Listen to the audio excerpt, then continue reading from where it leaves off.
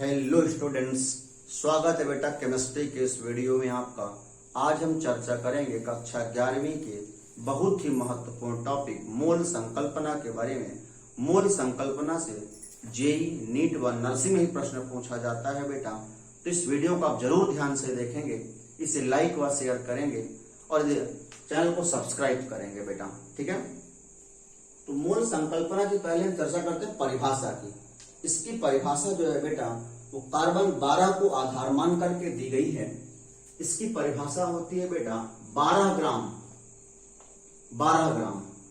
यानी 0.012 किलोग्राम, ठीक। 12 gram carbon में उपस्थित 12 ग्राम कार्बन में उपस्थित कार्बन 12 के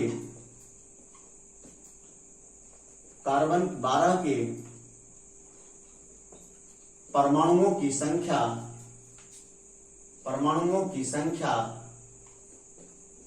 को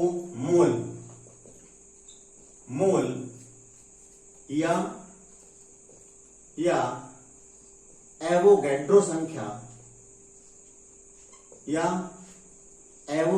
संख्या जिसे हम दर्शाते हैं आजकल बेटा Na से, ठीक है। एवोगैड्रो संख्या कहा जाता है, ठीक। इसकी परिभाषा है 12 ग्राम कार्बन में उपस्थित कार्बन 12 के परमाणुओं की संख्या को मोल या एवोगैड्रो संख्या Na कहा जाता है। मोल का प्रयोग हम करते कहां है बेटा? मोल का जो प्रयोग है ये अणुओं, परमाणुओं या आयनों की संख्या को गिनने के लिए किया जाता है, ठीक है। मोल का प्रयोग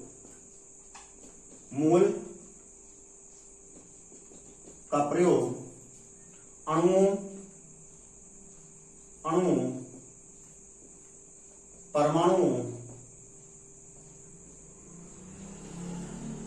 परमाणुओं व आयनों की संख्या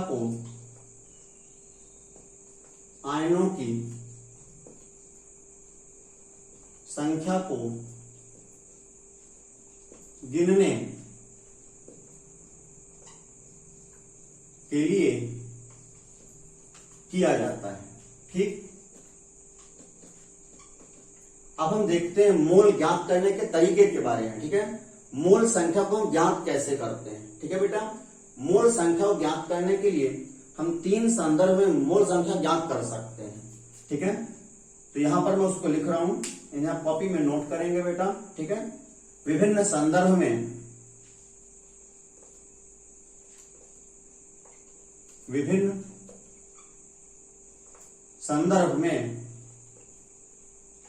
मोल संख्या,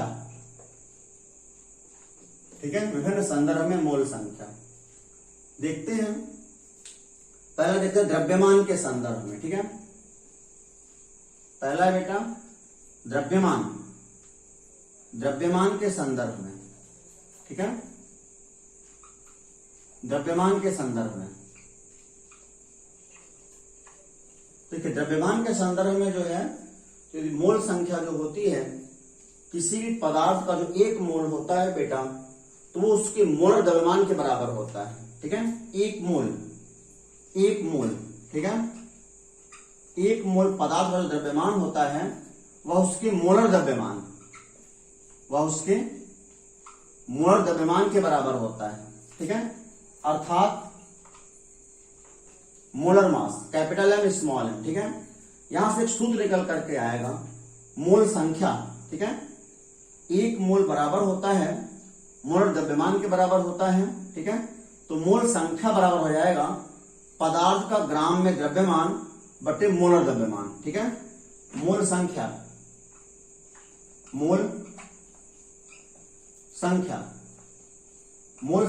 स्मॉल n बराबर पदार्थ का ग्राम में द्रव्यमान,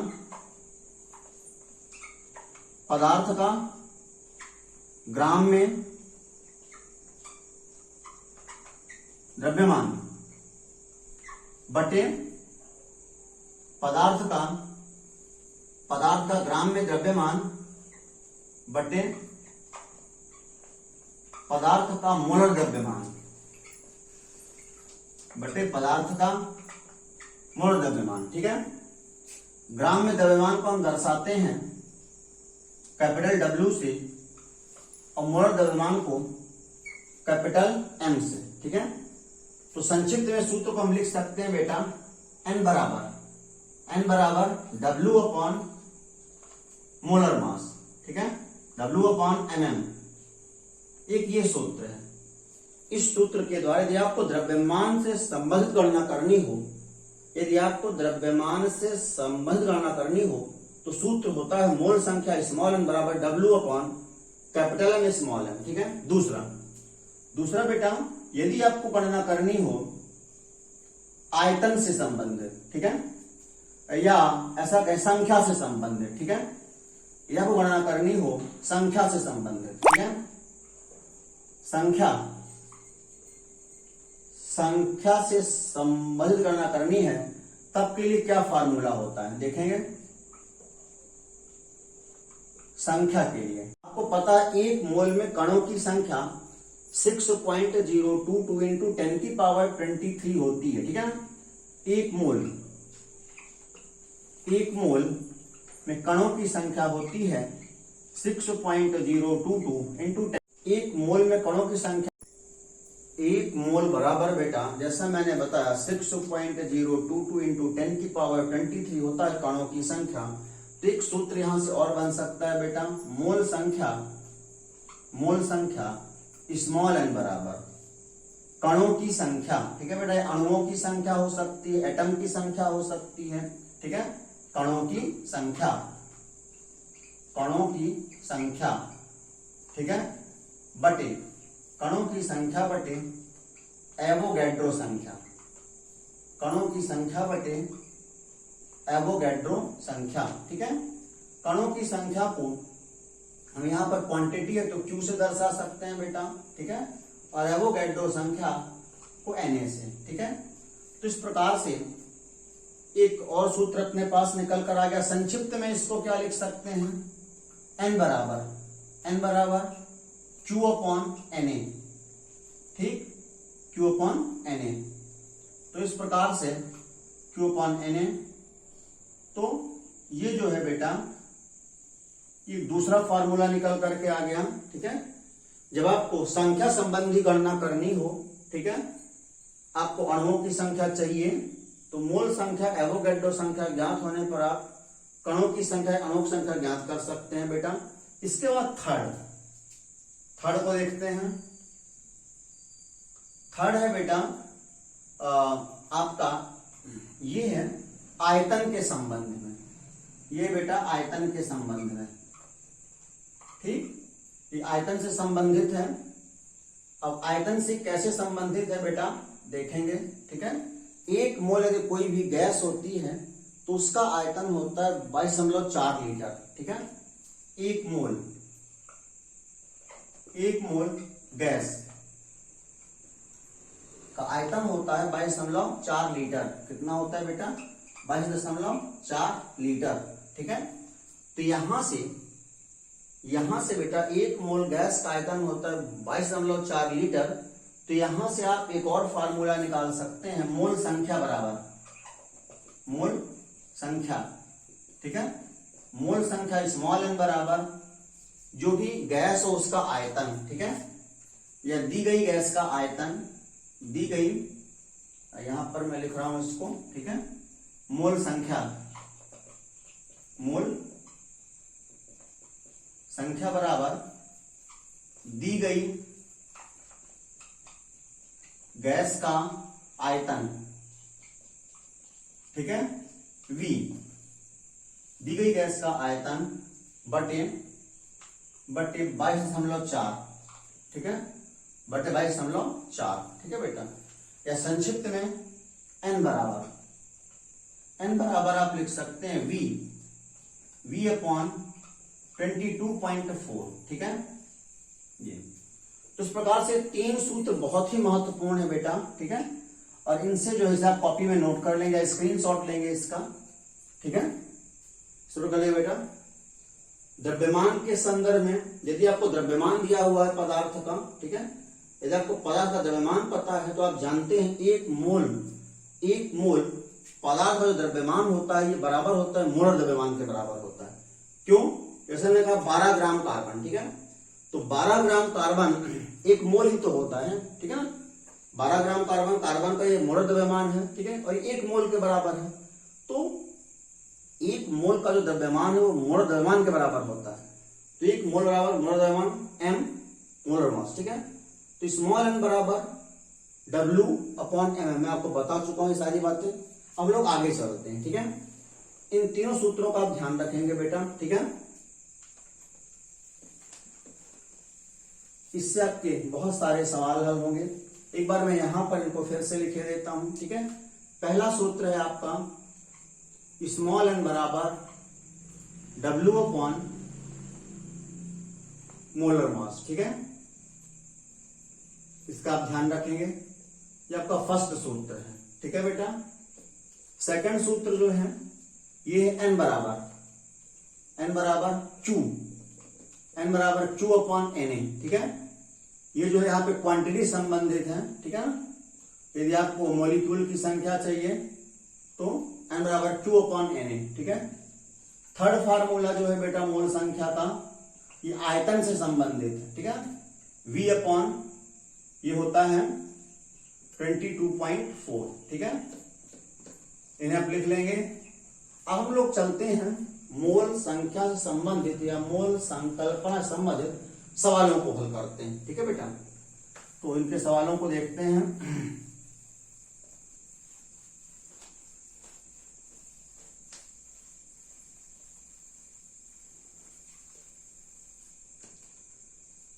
सबसे पहला सवाल है बेटा क्वेश्चन नंबर 1, 40 ग्राम ऑक्सीजन, ठीक है। 40 ग्राम ऑक्सीजन में निम्न की गणना कीजिए, ठीक है। निम्न की गणना कीजिए, ठीक है। पहला कहता है मोल संख्या, ठीक। मोल संख्या आप इसकी कैसे निकालेंगे? स्मॉल n आपसे पूछ रहे हैं, ठीक है ना। देखिए यहां पर क्या है कि आपको ऑक्सीजन का द्रव्यमान पता है 40 ग्राम, ठीक है, और अणु द्रव्यमान आप जानते हैं 32 होता है, 32, ठीक है ना। तो मोल संख्या हमें चाहिए, हमें पता है अपना सूत्र, ठीक है ना। चूंकि स्मॉल n बराबर ये द्रव्यमान से संदर्भ में है, ये मोल संख्या द्रव्यमान के संदर्भ में है बेटा, ठीक है। स्मॉल n बराबर W/mm मोलर मास, ठीक है। द्रव्यमान दिया है कितना? 40 ग्राम, 40 बटे मोलर मास होता है 32, ठीक है। तो ये हो जाएगा 8 पंचे 40, 8 चौको 32, ठीक है, बराबर 1.25 मोल। ये आ गया बेटा 1.25 मोल, आप ध्यान रखेंगे, ठीक है। इसके बाद दूसरा कहता है अणुओं की संख्या। दूसरा कहता है बेटा अणुओं की संख्या, ठीक है। ये क्वांटिटी संबंधित है, ये समझ, क्वांटिटी आपको ये चीज चाहिए, ठीक है। अब आपको चाहिए अणुओं की संख्या चाहिए, क्वांटिटी चाहिए, ठीक है ना। तो हमें दूसरा सूत्र पता है कि चूंकि n बराबर होता है बेटा Q/Na, ठीक है। Q/Na, हमको Q चाहिए, हमें क्वांटिटी चाहिए, तो Q बराबर हो जाएगा स्मॉल n इंटू Na, ठीक है। अब देखिए तो अणुओं की संख्या में लिख सकते हैं Q के स्थान पर अणुओं की संख्या, ठीक। Q बराबर स्मॉल n, जो ये मोलों की संख्या वो तो 1.25 है, ठीक है। तो 1.25 और एवो Na माने 6.022 इंटू 10 की पावर 23, ठीक। आज जो इसका गुणा करते हैं 1.25 का 6.022 में, ठीक है, तो यहां पे आपको मिलता है बेटा 7.245 मिलता है यहां पे, ठीक है, इंटू 10 की पावर 23। ठीक है, तो इस प्रकार से ये इसमें हो जाएगी कणों की संख्या, अणुओं की संख्या। अणुओं की संख्या इतनी आ गई बेटा। ठीक है, इसके बाद हमको चाहिए यहां पे थर्ड नंबर पर अब परमाणुओं की संख्या। ये आपसे पूछ रहे हैं बेटा परमाणुओं की संख्या। ठीक है, आपको पता है कि एक अणु में ऑक्सीजन में 2 परमाणु होते हैं। ठीक है, O2 में एक अणु में 2 परमाणु होते हैं, 2 परमाणु होते हैं। तो अणुओं की संख्या आई है बेटा, उससे आप 2 का गुणा कर देंगे। ठीक है ना, तो इसे आप 7.3 लिख सकते हैं। ठीक है, यहां पर ये 7.23 करके है बेटा। ठीक है ना, 7.23। ठीक है ना, तो इसे आप यहां पे लिख सकते हैं इस प्रकार से 7.23। ठीक है, 7.53। इसको गुणा करने पर यहां पर आता है बेटा 7.53। ठीक है ना, ठीक है, तो ऑक्सीजन में एक अणु में 2 परमाणु होते हैं, 2 परमाणु होते हैं, इसलिए बेटा आप इसमें 2 गुणा कर दोगे तो आ जाएगी ऑक्सीजन के परमाणुओं की संख्या 7.53 इंटू 2 इंटू 10 की पावर 23। ठीक है, तो बराबर ही आ जाएगा बेटा 1.50 इंटू 10 की पावर 23। तो इतने एटम होंगे, इतनी होगी परमाणुओं की संख्या। ठीक, इसके बाद चौथा है आयतन के संदर्भ में। आयतन के संदर्भ में आयतन ज्ञात करना है। 40 ग्राम ऑक्सीजन का हमको आयतन ज्ञात करना है। ठीक है ना, परमाणु की संख्या और 40 ग्राम गैस का जो है तो आयतन ज्ञात करना है। ठीक, आयतन ज्ञात करना है तो इसके लिए हम क्या करेंगे, अपना अंतिम वाला सूत्र लगाते हैं N इक्वल टू